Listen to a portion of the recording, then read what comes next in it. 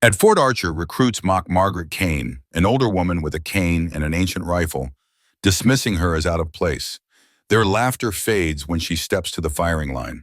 With no spotter, no modern gear, just steady hands and a weathered notebook, she lands perfect shots, silencing the range. Her past, Vietnam, Desert Storm, unconfirmed kills, emerges like a ghost, reshaping perceptions. As she rescues a lost recruit in a chaotic night drill, her quiet leadership shines.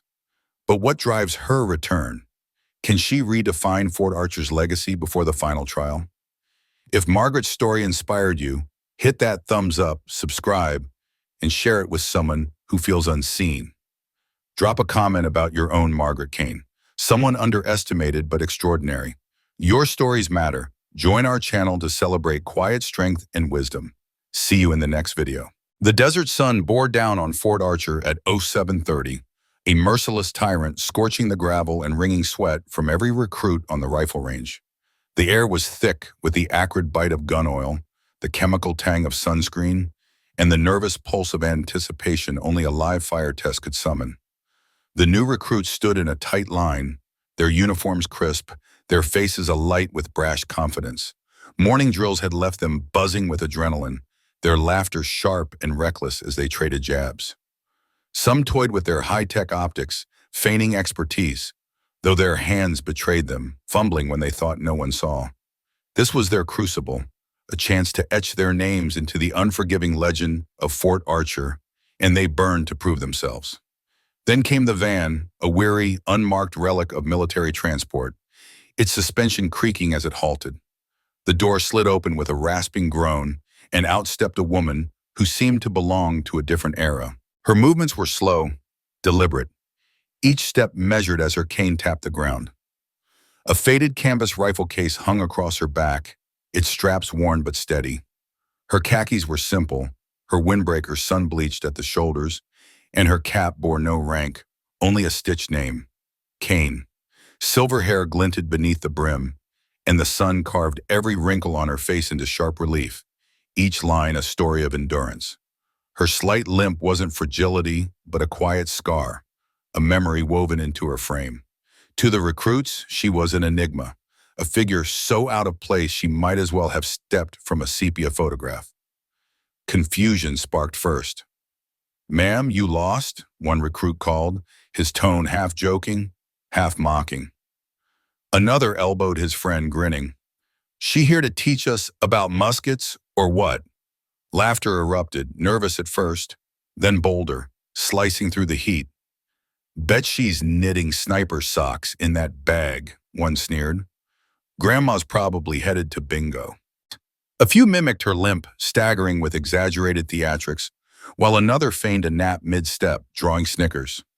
Their mockery was a shield, a way to dismiss what they couldn't understand, a woman who seemed too old, too frail, too alien for their world of speed and steel. Margaret Kaine didn't waver. Her gaze, steady as stone, swept over them once, calm but piercing, like a predator assessing prey. The recruits' laughter stumbled, caught in their throats, though they couldn't say why. Her silence wasn't retreat. It was a presence, heavy and unshakable. "You think silence means weakness?" she said, her voice low, slicing through the wind with quiet authority. "But silence is how you aim." The words lingered, simple yet profound, and for a fleeting moment, the recruits felt the ground shift beneath them, their bravado flickering like a candle in a storm. She walked on, unhurried, toward the registration tent, the heat sliding off her like water, their taunts dissolving into the dust. From the observation tower, Staff Sergeant Reynolds squinted, his gut tightening. Margaret E. Kaine hadn't registered in his mind, not truly. Her name had passed through last week. Retired, special authorization, nothing more. He'd pictured a courtesy visit, maybe a nod to history, but watching her now, moving past the jeering recruits with that unyielding posture, he felt a prickle of unease. It wasn't pride she carried, nor defiance. It was purpose etched into every step. She ignored the row of gleaming rifles, the nervous chatter, the recruits clutching their gear like lifelines. She just walked, a quiet storm Fort Archer hadn't seen coming. By the time Margaret reached the rifle range's edge, the sun was a tyrant, baking the metal benches and casting knife-sharp shadows. The recruits milled them about, some stealing shade, others fussing with slings or scopes, their confidence a thin veneer. They studied her now, closer, curious. Her rifle case was ancient, faded olive canvas, leather frayed, zippers rusted, a museum piece compared to their sleek gear. Her windbreaker was a ghost of its former self, her boots softened by time. She wore no tactical armor, no badge of rank, just the weight of years and an unshakable calm. The wind howled across the range, flinging dust like restless ghosts. 5 moving targets shimmered in the distance, their shapes elusive in the heat. The top recruits stepped up, their scopes flashing, partners shouting corrections. They fired, and they missed. Each shot swallowed on the wind, each miss with a muttered excuse or a forced laugh. The range crackled with tension, the recruits' earlier swagger was unraveling. Then Margaret moved. She stepped to the line, her old rifle in hands that knew its every scar. No scope, no partner, just her and the weapon, bound by years of trust. The recruits watched, their smirks fading, their voices stilled. She didn't rush, her eyes sharp as ever, fixed on the targets. The wind roared, dust bit her skin, but she stood unmoved. 5 shots cracked, each one precise, each one final. 5 targets fell. Silence swallowed the range. No one spoke, but the air hummed with something electric. Respect, raw and unspoken, mingled with awe. Fort Archer didn't whisper now. It roared, not with noise, but with the weight of a moment that had changed everything. The recruits stood rooted, their bravado shattered, their gear heavy in their hands. Margaret Kaine didn't look at them. She slung her rifle over her shoulder, her cane tapping faintly against the gravel, and walked away, leaving a legacy that would burn brighter than the desert sun. The sun beat down relentlessly, casting harsh shadows across the training field where dust swirled in lazy spirals. A group of recruits stood in a loose line, their modern rifles gleaming with the latest tech, optics that could calculate windage and distance in a blink, stocks reinforced with lightweight composites. Among them, Margaret Kaine stood out like a relic from a bygone era. Her presence was an anomaly, her weathered cane resting lightly in her grip, her posture unyielding despite the murmurs rippling through the group. The recruits, young and brimming with confidence, couldn't help but notice her. She was older, her face etched with lines that spoke of years they couldn't fathom, her eyes steady and unreadable. To them, she was an oddity, a curiosity that invited mockery rather than respect. One recruit, barely out of his teens, leaned toward his buddy, his voice low but dripping with amusement. "Check out the cane. What's next, a horse-drawn cannon?" His friend stifled a laugh, his eyes flicking toward Margaret. "Bet that thing's older than my grandpa's war stories. Probably still thinks the enemy's called Krauts." Another voice, sharper and bolder, chimed in from the back. "Her rifle probably shoots musket balls. You see that thing? It's practically a museum piece." The laughter spread like wildfire, hushed but biting, each chuckle a jab at the woman who seemed oblivious to their scorn. They were young, invincible in their minds. Their training gear polished to perfection, their egos bolstered by the promise of cutting-edge technology. Margaret, with her simple cane and ancient rifle, was an easy target, a living punchline in their high-tech world. Margaret didn't react. She didn't need to. Her silence was a wall, impenetrable and indifferent to their taunts. She moved with deliberate care to the end of the line, where the benches met the gritty sand. Each step was measured, her cane tapping lightly against the ground, not out of necessity, but as an extension of her presence, a quiet rhythm that spoke of patience and purpose. She lowered herself to one knee with a grace that belied her age, her movements slow but precise, like a ritual she'd performed countless times. Her mat unfurled with a soft snap, laid out with the meticulousness of someone who understood the weight of every detail. When she opened her rifle case, a faint gasp broke the air, followed by another ripple of laughter. The bolt-action rifle inside was a thing of beauty in its simplicity, its walnut stock worn smooth by years of use, its surface gleaming despite its age. A name, Kanem, was carved faintly into the wood, a whisper of history that none of the recruits bothered to ponder. No bipod, no digital readouts, just iron sights and raw discipline. A young corporal, his mirror-imaged sunglasses reflecting the glare, snorted loudly enough for heads to turn. Seriously, that's her weapon? Might as well chuck rocks at the target. His voice carried a cocky edge, and a few others nodded, feeding off his bravado. A female recruit nearby muttered under her breath, her words barely audible but laced with venom. What's Grandma doing here, playing dress-up? The jibes kept coming, each one sharper, more personal, as if they could diminish her by sheer force of ridicule. Up in the observation post, Staff Sergeant Reynolds watched the scene unfold, his arms crossed tightly across his chest. His eyes narrowed against the sun, his brow furrowing as he studied Margaret. He'd skimmed her file, or at least the parts he was allowed to see. On paper, she was an enigma, a ghost from a war no one talked about anymore. Her record was sparse, dotted with gaps that raised more questions than answers. Butt roads. Yet there she was, kneeling calmly at the edge of the line, her focus unwavering, as if the whispers and snickers were nothing more than background noise. Reynolds said nothing, but his jaw tightened. There was something about her, a quiet intensity, a stillness that felt like it carried the weight of battles long past. She wasn't here to prove anything to these kids. She was here for the shot. When the pairing order came, the air grew thick with tension.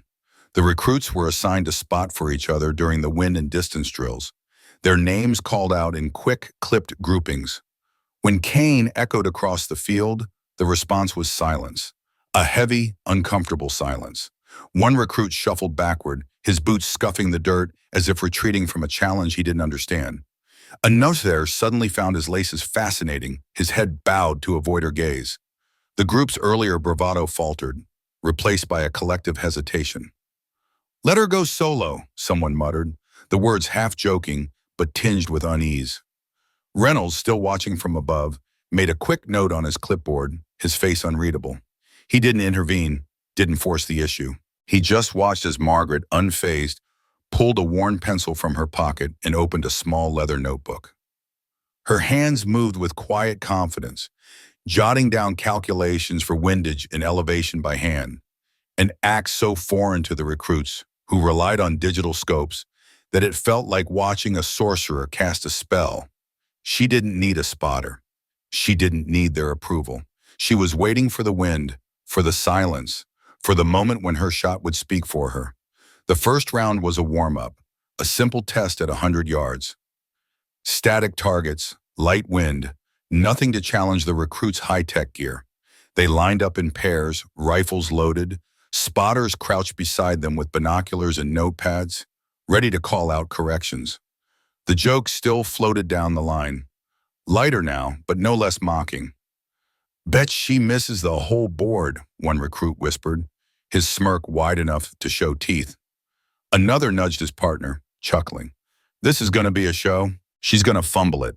Watch." Margaret, alone at the far end, knelt on her mat, her rifle steady, her breath even. Her face was a mask of calm, her eyes fixed on the target as if the world around her had faded to nothing. She wasn't nervous, wasn't second-guessing. She was simply there, in a way the others couldn't comprehend. Their sideways glances carried a mix of pity and anticipation, expecting a failure they could dissect over beers later. Then came the crack of her first shot. It wasn't rushed, wasn't hesitant, just a clean, sharp report that cut through the murmurs like a blade. The sound hung in the air, perfectly timed between gusts of wind. The spotter nearest her froze, his gum forgotten as he lowered his binoculars. "Dead center," he said, his voice low, almost disbelieving. Tight grouping. Heads turned, eyes narrowing as if trying to make sense of what they'd heard.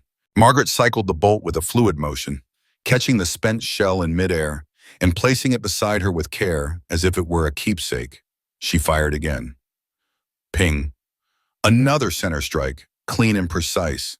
A slight adjustment to her scope, a subtle twitch born of instinct and experience. She exhaled, her breath steady as a metronome. Third shot. Ping. Another bullseye. The murmurs started again, but they were different now. Less laughter, more unease. One recruit nudged his partner, his voice urgent. "You seen this?" The spotter nodded, his eyes wide. The smirks were gone, replaced by a creeping realization that they'd misjudged her. This wasn't luck. It wasn't a fluke. It was skill, honed to a razor's edge, delivered with a calm that made their high-tech toys seem like crutches. The discomfort grew, a quiet unraveling of the narrative they'd built around her. Margaret Kaine wasn't just some old woman with a cane and an antique rifle. She was something else entirely, something they weren't ready to understand. And as she prepared for her next shot, the field fell silent, waiting for the crack of her rifle to speak again. Margaret Kaine stood at the firing line, the weight of the rifle familiar in her hands, a quiet extension of herself. She wasn't here to flaunt her skill or draw eyes. She didn't glance around to gauge who might be watching, didn't flinch when the spotter's voice finally broke the air, calling out her score. 3 shots, 3 hits, dead center. The tightest grouping of the round, a cluster so precise it seemed to defy the chaos of the wind-whipped range. Around her, the recruits faltered, their movements stilled, rifles hanging heavy in their grips. The usual clamor, the brash boast, the sharp-edged banter, the electric hum of egos clashing, dissolved into a strange, heavy hush. It wasn't just silence. It was the kind of quiet that carried weight, a collective breath held in the face of something unexpected. Staff Sergeant Reynolds, perched at his observation post, shifted forward, his weathered face betraying a flicker of something new. Not a smile, not yet, but the faintest twitch at the corners of his mouth, a curiosity that had sharpened into something keener. Respect? Not quite, but the silence spoke louder than any words could. No one had seen her coming. Margaret Kaine, who had blended into the background, who had been just another figure among the recruits, was suddenly the center of gravity. Every eye was on her now, though she seemed oblivious to it. Her focus inward, her hands steady as she cradled the rifle. To her, it wasn't just steel and wood.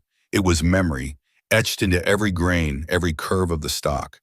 It was time, layered like sediment, carrying her through decades of moments most of these kids couldn't begin to imagine. During the break between rounds, Margaret sat back, her movements unhurried, deliberate.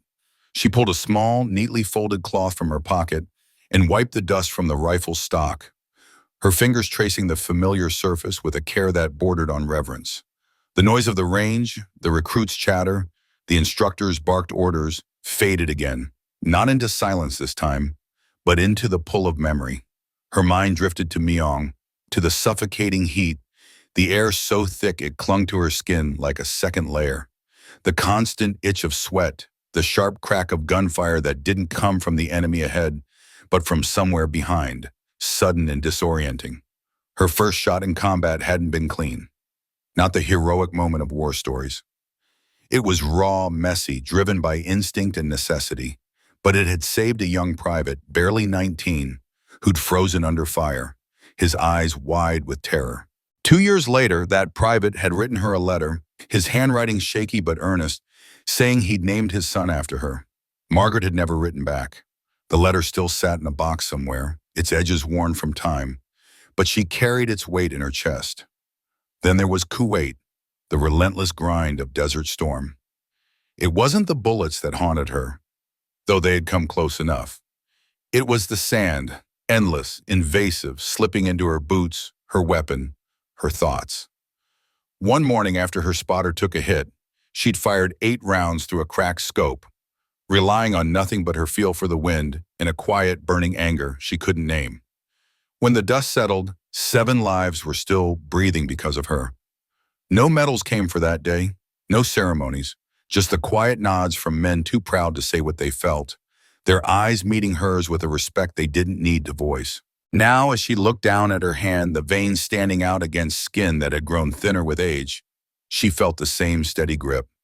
The years had marked her, but they hadn't dulled her edge. These recruits at Fort Archer didn't know her story, and she didn't expect them to. She wasn't here to prove herself to them, to chase some fleeting glory or bask in their awe. She was here for herself, to test whether the fire still burned in her chest, not the reckless fire of war, which she'd long since had her fill of, but the quieter, fiercer flame of discipline, of focus, of the deadly calm that set a soldier apart. The rifle range wasn't a battlefield, but to Margaret it was sacred ground, a place where skill and will were laid bare.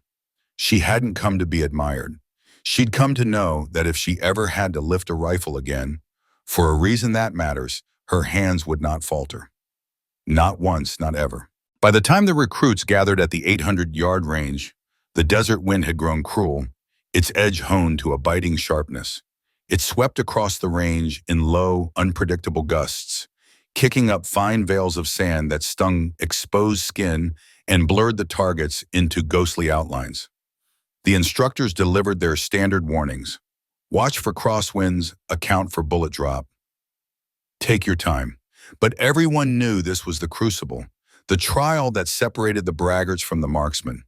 The recruits were weary, their faces sunburned, their tempers frayed, though none would admit it. Not here, not with scores on the line and pride at stake. One by one they took their shots, and one by one they faltered. Rounds veered wide, others clipped the edges of the targets. A few managed to land near the torso markers, but even those hits came with sharp corrections from the spotters. Too high, drifting left, pulling right. Frustration simmered in the air, thick as the heat. Even Corporal Harrison, with his smug grin and mirrored sunglasses, struggled. It took him 3 attempts to land a shot near center, and when he stood, he glared at the wind as if it had betrayed him personally, his jaw tight with irritation. Then it was Margaret's turn. She walked to the firing mat with a quiet purpose, her steps measured, her posture unassuming. There was no showmanship, no hesitation. The younger recruits had stopped their snickering by now. Some crossed their arms, their expressions guarded. Others just watched, their eyes narrowed, waiting, perhaps for her to stumble, perhaps for her to prove them wrong again. Margaret knelt, settling into position, her movements smooth and practiced. The wind tugged at her, sand prickling her skin, but her focus was absolute. She adjusted her grip, her breath steady, her mind clear. The target shimmered in the distance, but to her, it was as sharp as memory. She squeezed the trigger, and the rifle spoke. Once, twice, 3 times. Each shot felt like an extension of her will, a quiet defiance of the wind, the doubt, the years. When the spotter called her score, the range fell silent again. 3 for 3, dead center. The recruits exchanged glances, their bravado stripped away. Reynolds leaned forward, his curiosity now unmistakable, a faint nod betraying his thoughts. Margaret rose, dusting off her hands, her face unreadable. She didn't need their applause or their approval. She'd come to measure herself, and the answer was clear. The fire was still there, steady and unyielding, and her hands were as sure as they'd ever been. Margaret Kaine knelt on the sun-scorched earth, her movements deliberate, almost reverent, as she unfurled her tattered shooting mat. The fabric, worn thin by years of use, carried the weight of countless hours spent in solitude, perfecting a craft that had long defined her. She lowered herself into position, her knees pressing into the mat, grounding her against the restless churn of the desert wind. The old bolt-action rifle, its stock smoothed by time and touch, settled into the crook of her shoulder like an extension of her body.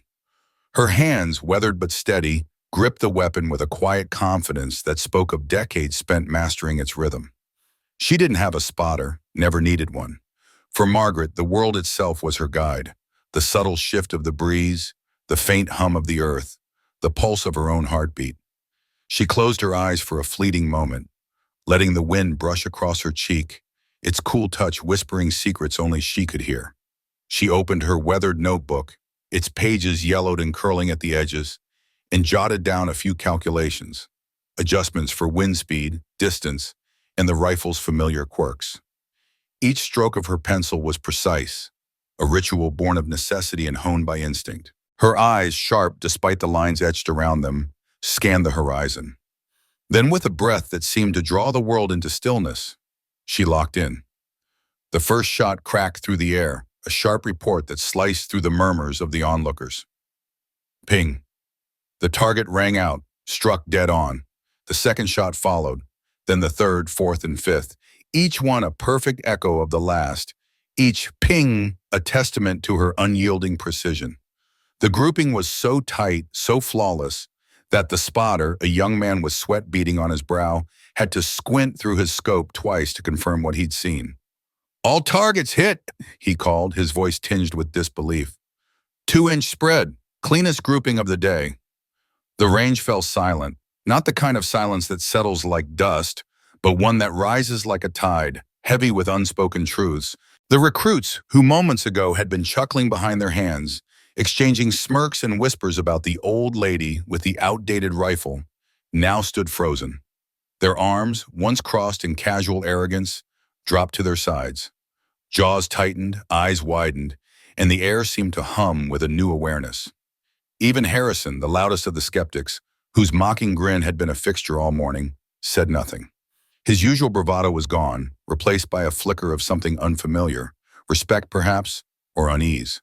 Staff Sergeant Reynolds, standing at the edge of the range, removed his sunglasses with a slow, deliberate motion. His face, usually a mask of stoic authority, betrayed a ripple of disturbance. It wasn't just surprise that flickered in his eyes. It was something deeper, as if the ground beneath his understanding of the world had shifted, leaving him unsteady. He'd seen good shooters before. Hell, he'd trained some of the best. But this was different. Margaret's performance wasn't just skill. It was something primal, surgical, as if the rifle were an extension of her will, each shot a memory carved into her bones. He stood there, replaying the sound of those 5 shots in his mind, each one landing with the precision of a heartbeat. It unnerved him, not because it was perfect, but because it felt inevitable, like she'd been doing this her whole life. Margaret, for her part, didn't linger in the moment. There was no gloating, no triumphant glance at the stunned faces around her. She rose to her feet, brushing the dust from her knees with the same calm efficiency she applied to everything.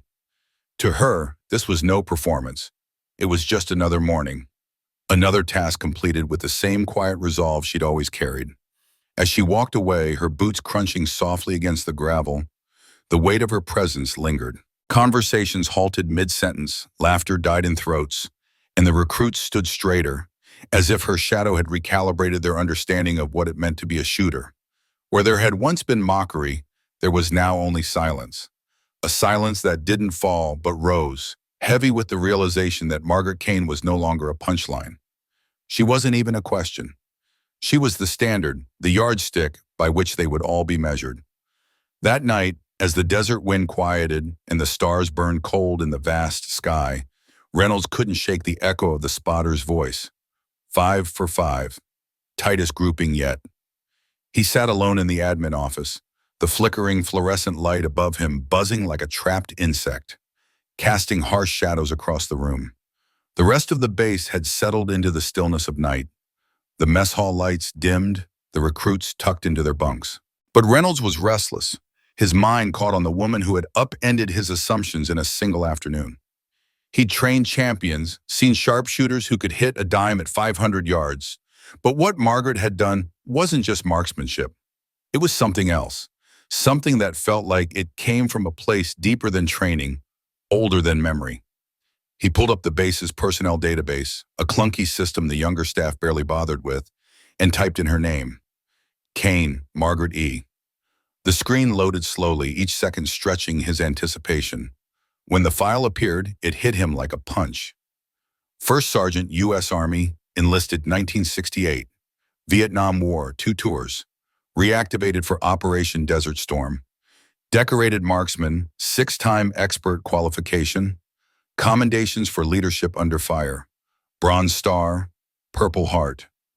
His eyes lingered on the words, each one a piece of a puzzle he hadn't known he was solving. Then came the redacted block, lines blacked out with vague classifications, a wall of secrecy that only deepened the mystery. But one line stood unredacted, stark and chilling. Unofficial kill count unconfirmed, assumed high. Known to have extracted a pinned unit under direct enemy fire in the Al-Jalib corridor, 1991. Reynolds leaned back, his breath catching in his throat. The Al-Jalib corridor. He knew the story, every soldier did. A unit trapped in open terrain, surrounded by hostiles, picked off one by one as the hours dragged on. The official report was sparse, but the legend had grown.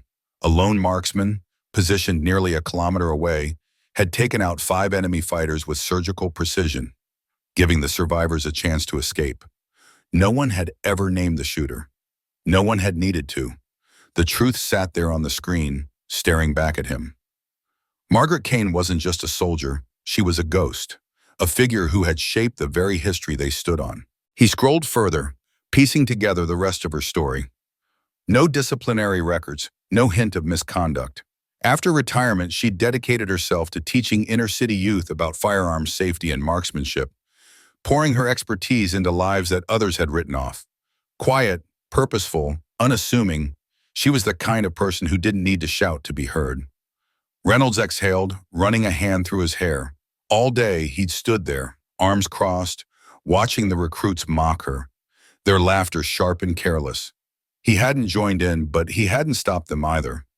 Like them, he'd assumed she was chasing some faded glory, a relic trying to relive her past. But now he saw it clearly. Margaret wasn't here to prove anything. She'd done that decades ago, under fire, when lives depended on her steady hands. She was back not for applause or redemption, but to test herself, to ensure her hands still remembered what her heart had never forgotten. He printed the file, the old printer grinding as it spat out the pages. He slipped them into a manila folder, his movements slow, deliberate. He didn't know what he'd say to her tomorrow, but he knew one thing. He'd be listening. For the first time, he'd be the one paying attention, watching the woman who had built the foundation they all stood on. The barracks were quiet, the desert still, when a sharp, panicked wail shattered the night. The alarm tore through the base, a piercing cry that jolted every soul awake. Boots hit the floor, lights snapped on, and shouts filled the air as the calm of the night gave way to chaos. The night erupted like a misfired flare, chaos bursting through the seams of Fort Archer's disciplined routine. Recruits stumbled into half-dawn gear, their hands trembling as they fumbled with straps and buckles. Their faces, still soft with youth, were taut with confusion and fear. Instructors bellowed orders that clashed midair, their voices fraying under the weight of uncertainty. Radios crackled incessantly, a cacophony of overlapping voices spitting fragments of distress. Live round, navigation drill, echo unit, one injured, one missing. Something had gone horribly wrong. A standard land navigation exercise, meant to test teamwork and map reading under the stars, with no ammunition involved, had spiraled into disaster. A live round had found its way into the mix, and now a young recruit was bleeding out somewhere in the desert, while another had vanished into the night. Staff Sergeant Reynolds was already charging toward the door when the comms delivered the gut punch details. His heart hammered, not just from the sprint, but from the dread pooling in his chest. He was a man of protocol, trained to keep chaos at bay, but this was a fracture in the system he couldn't patch. The night drill was supposed to be routine, a chance for rookies to prove they could handle coordinates and compasses. Instead, it had turned into a nightmare. As he pushed through the barracks, his mind raced. How had a live round gotten through? Who was hurt? Where was the missing kid? The answers weren't coming, and the panic simmering beneath the surface threatened to boil over. Flashlights sliced through the darkness, their beams jittering across the sand as instructors shouted over one another, their commands dissolving into noise. Into this storm stepped Margaret Kaine. She moved with a quiet authority that cut through the frenzy like a blade. Her jacket was already zipped, her rifle slung over one shoulder, not as a weapon, but as an extension of herself, a piece of her history she carried without question. Unlike the younger men around her, whose adrenaline-fueled panic made their movements jerky and loud, Kaine was steady. Her eyes, sharp and unyielding, held a calm that felt almost unnatural in the chaos. Reynolds caught sight of her as she approached the heart of the scene, her silhouette framed against the swirling dust. She didn't rush or shout, she simply was. A presence that demanded attention without asking for it. Reynolds started to speak, his voice tight with the instinct to maintain control. Kaine, this isn't... But she stopped eyeing him with a single look, calm, unapologetic, and heavy with the weight of experience. It was a look that said she'd seen worse, lived through worse, and wasn't here to argue. You've got 6 rookies running in circles, she said, her voice low but firm, cutting through the noise like a lifeline. One's bleeding out and another's still out there in terrain I know better than the back of my hand. You want protocol or you want results? Her words hung in the air, a challenge wrapped in certainty. Reynolds hesitated, his pride warring with the truth staring him in the face. For a fleeting moment, he clung to the chain of command, to the rules that had always guided him. But then he saw it, the clarity in her gaze, the unshakable resolve. He nodded, the decision made. Take point, I'll follow. Kaine was already moving, her boots crunching against the sand as she headed toward the east ravine. She didn't need to consult a map or fumble with a compass. The terrain was etched into her bones, a language she'd learned through years of war. Every ridge, every gully, every twist of the desert spoke to her like an old friend, whispering secrets no one else could hear. She traced faint boot prints in the dirt, paused at a snapped branch, and caught signs, scuff marks, displaced stones that the others had overlooked. Her thigh throbbed with every step, an old wound from Kuwait that never let her forget the cost of survival. But she pushed through the pain, her focus unbreakable. This wasn't about her. It was about the kid out there, alone and scared, counting on someone to find him. 30 minutes into the search, just beyond a dried creek bed, she heard it, a faint rustle followed by a soft groan. She dropped to one knee, her senses sharpening as she scanned the undergrowth. "Colby?" she called softly, her voice carrying just enough to reach him without startling him. A weak response came back, barely audible. "Ma'am, you came." The words were laced with relief, but also pain. She crawled toward the sound, finding him tangled in brambles, his arm bent at an unnatural angle, his face pale and slick with sweat. His eyes, wide with fear, locked onto hers. And in that moment, she saw the boy beneath the soldier, a kid who'd never imagined ending up here. "Of course I did," she murmured, her voice gentle but firm, a promise woven into the words. "No one gets left behind." She worked quickly, her hands steady despite the ache in her leg. Using her rifle sling, she stabilized his arm, her movements precise but tender. By the time Reynolds caught up, panting from the sprint, Kaine was already guiding Colby upright, her arms supporting his weight. Reynolds stared, not at the makeshift splint or the rescued recruit, but at her, at the quiet strength that radiated from her, the kind of leadership that didn't need rank or ribbons to command respect. In that moment, he saw what he'd missed before. Margaret Kaine wasn't just an old veteran. She was a leader, carved by the battlefield, not decorated by it. "I was wrong about you," he admitted quietly, his voice raw with honesty. Kaine glanced at him, her expression softening just enough to acknowledge his words. "No," she said, helping Colby into Reynolds' grip. "You just hadn't heard the echoes yet." And in that fleeting moment, beneath the stars and the swirling dust of Fort Archer, Reynolds knew he'd follow Margaret Kaine into any fire. The final trial at Fort Archer was the stuff of legend, whispered about in the mess hall with a mix of awe and dread. Recruits swapped secondhand horror stories, their voices low as they recounted the challenge. 5 moving targets, 600 yards out, with unpredictable crosswinds that could snatch a bullet mid-flight. Missed 2, and you failed. The instructor's mantra was always the same, delivered with a grim smile. This is where we separate the shooters from the statues. The targets were mechanized silhouettes, gliding across the field in a taunting dance, rolling left to right, accelerating without warning, pausing mid-track, or vanishing behind the scrub brush only to reappear like ghosts. The test was precision under pressure, a crucible that burned away excuses and left only skill. Harrison was up first, his confidence bordering on arrogance. He adjusted his bipod with practiced ease, muttering calculations under his breath. Wind speed, distance, bullet drop. His rifle gleamed under the morning sun, a marvel of modern engineering, fitted with top-of-the-line optics and rangefinder tech. Everything the Army could offer was at his fingertips. He fired quickly, too quickly, his shots cracking through the air in rapid succession. The spotter's voice cut through the silence. "Harrison, 2 confirmed hits, provisional pass." He scoffed, brushing dust off his knee as if the machine had misjudged him. "Whatever," he mumbled, his pride stung, but intact. Then came the call no one expected. "Kaine on the line." A hush fell over the recruits, their whispers dying out as they turned to watch. Margaret Kaine stepped forward, her old boots pressing into the dry earth with a quiet reverence, as if the ground itself remembered her. She moved slowly, not out of hesitation, but with the deliberate grace of someone who'd walked this path before. Her rifle was battered, its finish worn from years of use, but she handled it with the same care she might give a folded flag. Kneeling beside it, she unfolded her mat, the motion almost ritualistic, a quiet act of respect for the task ahead. She didn't fuss with recalibrations or mutter equations. There was no need. Her body knew the rifle, knew the wind, knew the dance of the targets.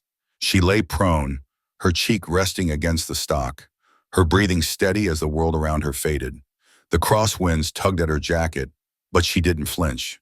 Her eyes tracked the silhouettes, reading their rhythm like a musician reading a score. When she fired, it was deliberate, each shot a statement.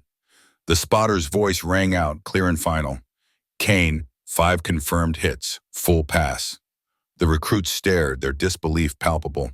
Harrison's jaw tightened, his earlier scoff replaced by a grudging respect. Kaine rose slowly, folding her mat with the same care she'd unfolded it, her expression unchanged. She didn't need their awe or their whispers. She'd faced worse than moving targets, worse than crosswinds or pressure. The battlefield had taught her what no trial could, to trust her instincts, to carry the weight, to hear the echoes of those who'd come before. And as she walked away, the sun glinting off her worn rifle, Fort Archer seemed to hold its breath, knowing it had witnessed something rare, a shooter who was anything but a statue. The old rifle, its stock worn smooth by years of use, bore the faint initials McCain etched into the wood, a whisper of history that had seemed to hum in Margaret Kaine's hands. The desert range at Fort Archer stretched endlessly before her, where a restless breeze stirred the sand into swirling sheets that stung the eyes of most onlookers, but not hers. Her gaze remained unclouded, sharp as the edge of a blade, as the first target rolled into view. The crack of her shot split the air. A hit. The second target appeared, and another crack rang out. Another hit. The third, the fourth, each shot landed with lethal precision, center mass, as if she were threading a needle through the heart of the desert itself. By the fifth, the wind had turned vicious, whipping the sand into a frenzy and sending the final target zigzagging unpredictably. Most would have faltered, their focus fractured by the chaos. Margaret didn't blink. Her breath was steady, her hands unshaken, as if the storm were merely a suggestion she chose to ignore. Crack. The target fell. The field went still, the wind seeming to hold its breath in deference. Every target was down, her grouping the tightest ever recorded at Fort Archer. No one moved. The recruits, the instructors, even the seasoned marksmen who thought they'd seen it all, stood rooted to the ground. Harrison, the brash young sharpshooter who'd worn a smirk like a badge of honor all week, was statue still, his usual swagger erased. His eyes, wide with something between awe and disbelief, traced the path of her final shot, as if he could unravel its magic by staring hard enough. He'd mocked her before, her age, her limp, the way she moved with the deliberate care of someone who'd carried burdens heavier than any rifle. Now, his silence spoke louder than any jeer ever had. Instructor Reynolds, a man of few words and fewer praises, didn't clap or cheer. He didn't need to. Instead, he stepped forward, his boots crunching softly in the sand, and spoke in a voice that carried like a low rumble of thunder. That, he said, pausing to let the weight of the moment settle, is what excellence looks like. Quiet, precise, earned. Margaret rose from her prone position, brushing the dust from her knees with the same unhurried calm she'd shown through every shot. She didn't bask in the attention or seek out the stunned faces around her. Instead, she gave a small nod, not to herself, not to the crowd, but to something unseen, a presence she'd carried into this desert like a shadow stitched to her soul.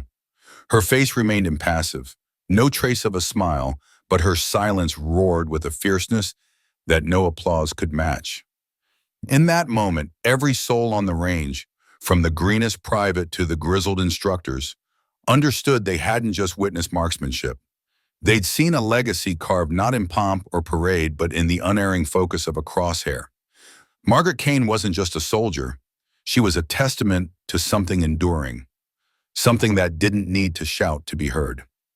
Later in the mess hall at Fort Archer, the usual clamor was absent. No forks scraped against trays, no boots scuffed the tiled floor, no laughter rolled through the aisles like it had every other day. The air was heavy with a quiet that wasn't oppressive but reverent, as if the walls themselves were still processing what had happened on the range.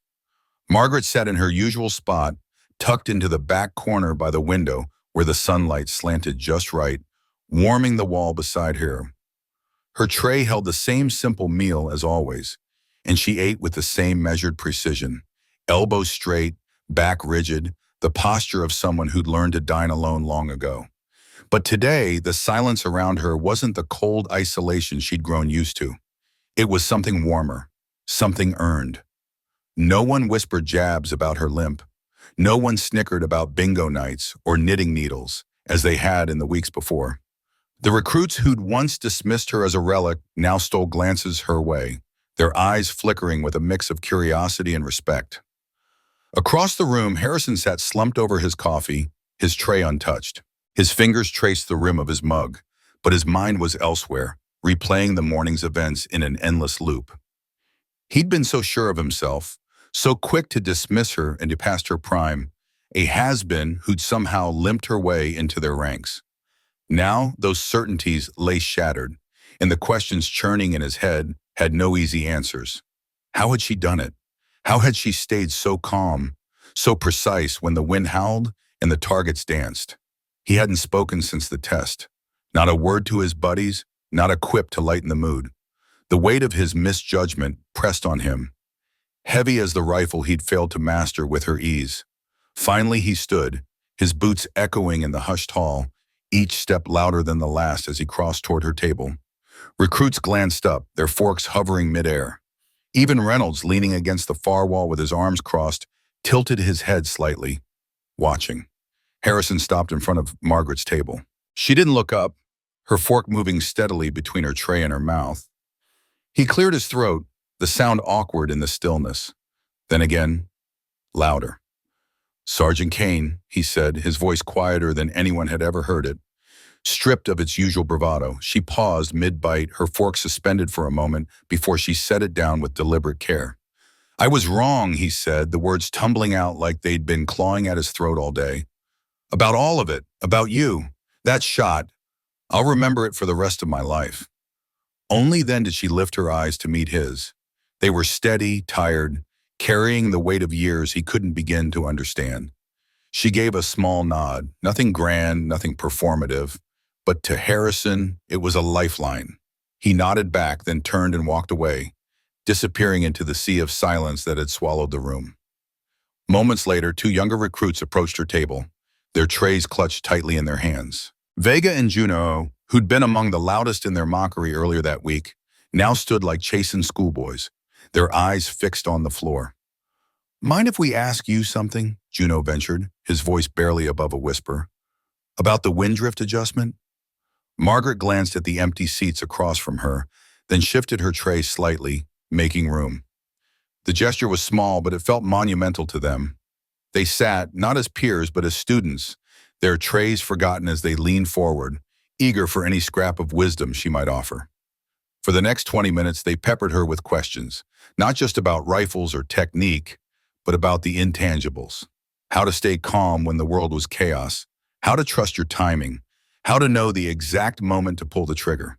Her answers came in short, clipped sentences, each word chosen with care. She didn't lecture or boast. She taught just enough to guide, not enough to overwhelm. When her tray was empty, she stood, slinging her rifle case over her shoulder with the ease of long habit. She walked toward the exit, her steps steady despite the limp that had once been fodder for jokes. No one clapped, no one cheered. But every head turned as she passed, their eyes following her until she stepped out into the sunlit dust of Fort Archer. Long after she was gone, the shadow she left behind lingered in the mess hall, in the range in the minds of those who'd witnessed her. It wasn't a heavy shadow, not a haunting one, but something grounding, like the roots of an ancient tree that refused to be uprooted. From that day forward, respect at Fort Archer wasn't tied to rank or medals or loud declarations. It was earned in the quiet, in the precision of a single shot, in the unspoken legacy of a woman who didn't need to shout to be heard. True warriors, they learned, don't demand attention or chase glory. They simply aim true, and the world takes notice. At Fort Archer, where the air hummed with the sharp crack of rifles and the weight of untested egos, Margaret Kaine arrived as a shadow no one expected to notice. Her uniform, pinned with the faint creases of a younger self, hung loosely on a frame that time had weathered but not broken. She carried a faded rifle case, its leather worn thin from years of quiet loyalty, and her steps were deliberate, each one a testament to a life that had outlasted skepticism and survived battles most could only imagine. The younger soldiers, their eyes quick to judge, saw only an older woman, her gait slow, her presence unassuming. They whispered, smirked, dismissed her before she even reached the range. But Margaret didn't need their approval. She never had. Her heart, steady as the rhythm of her breath, held no room for their doubts. Inside her chest beat the quiet pulse of someone who had walked through fire. Not the kind that blazes for glory, but the kind that scorches the soul and leaves scars only the wise carry. She had seen combat, not the polished version in training manuals, but the raw, chaotic reality where survival demanded focus sharper than any blade. Decades of loss, of carrying the weight of comrades who never came home, had forged her into something more than a soldier. She was discipline incarnate, a living lesson in resilience that no one at Fort Archer was prepared to learn. Margaret didn't speak as she took her place at the firing line. No grand gestures, no demands for respect. Her silence wasn't empty. It was heavy, deliberate, the kind of quiet that forces the world to listen. She adjusted her rifle with hands that knew its every curve, her fingers tracing a history of sacrifice no one else could read. The first shot rang out, clean and precise, cutting through the chatter of the base like a blade through fog. Then another, and another.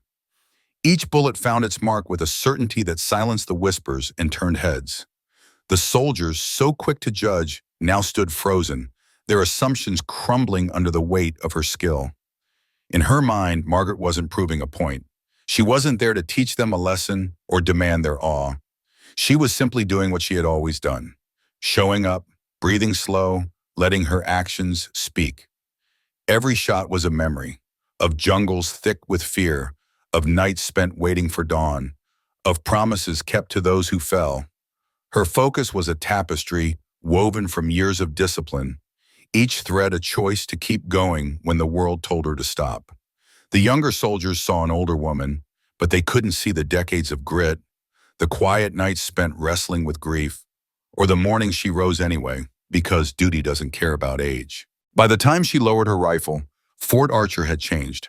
Not because Margaret had shouted or boasted, but because her presence had rewritten the air itself. The base, once loud with bravado, now hummed with a quieter respect. She hadn't just hit targets. She had dismantled prejudice with every steady pull of the trigger. The soldiers who had laughed now watched her with something new. Curiosity, maybe even shame. They saw what she carried. Not just a rifle, but a legacy that didn't need a spotlight to endure. Margaret Kaine didn't lead with words or swagger. She led with the kind of dignity that outlives noise, the kind of strength that doesn't beg for validation but earns it by shot. Her time at the base wasn't just a test passed or a qualification earned. It was a reminder etched into the minds of a new generation that skill doesn't always come with youth and strength doesn't always roar. Margaret left behind more than perfect scores on a range. She left a path, faint but unmistakable, for someone else to follow. Next month, a young woman might step onto that same base, a recruit carrying her own doubts and dreams, facing the same skeptical glances Margaret once did. But maybe, just maybe, the laughter will be softer this time. Maybe someone will remember the older woman with the faded rifle case, the one whose slow steps belied a precision that redefined respect. Maybe they'll hesitate before judging, hold their tongues, and listen to the silence she left behind. Because that silence wasn't weakness, it was wisdom, hard-earned and unyielding. Margaret's story isn't confined to the dusty ranges of Fort Archer. It's a mirror held up to the world, reflecting the quiet warriors we overlook every day. The older worker who shows up early, their experience dismissed as outdated. The woman with the cane, her strength invisible to those who only see frailty. The man who says little but does everything, his reliability mistaken for simplicity. In a world obsessed with noise, where loud voice and polished profiles often drown out truth, Margaret reminds us that real strength whispers. It doesn't need an audience to stand tall. It doesn't need applause to endure. Her legacy is a call to notice the people who hold things together while the world rushes past, to honor the quiet dignity that binds families, communities, and even strangers. We all know a Margaret Kaine, someone whose presence is felt not in their words but in their work, someone whose resilience speaks louder than any speech. They're the ones who teach us, not through lectures, but through the way they carry their burdens with grace. Margaret's story asks us to pause, to look closer, to see the strength in those we might otherwise dismiss. It's a reminder that respect isn't just owed to heroes in uniform, but to the people in our own lives. The ones who show up day after day, proving themselves not with noise but with action. Her silence, her focus, her unshakable dignity, they're a challenge to us all to aim a little straighter, to breathe a little deeper, and to listen to the wisdom that waits in the quiet.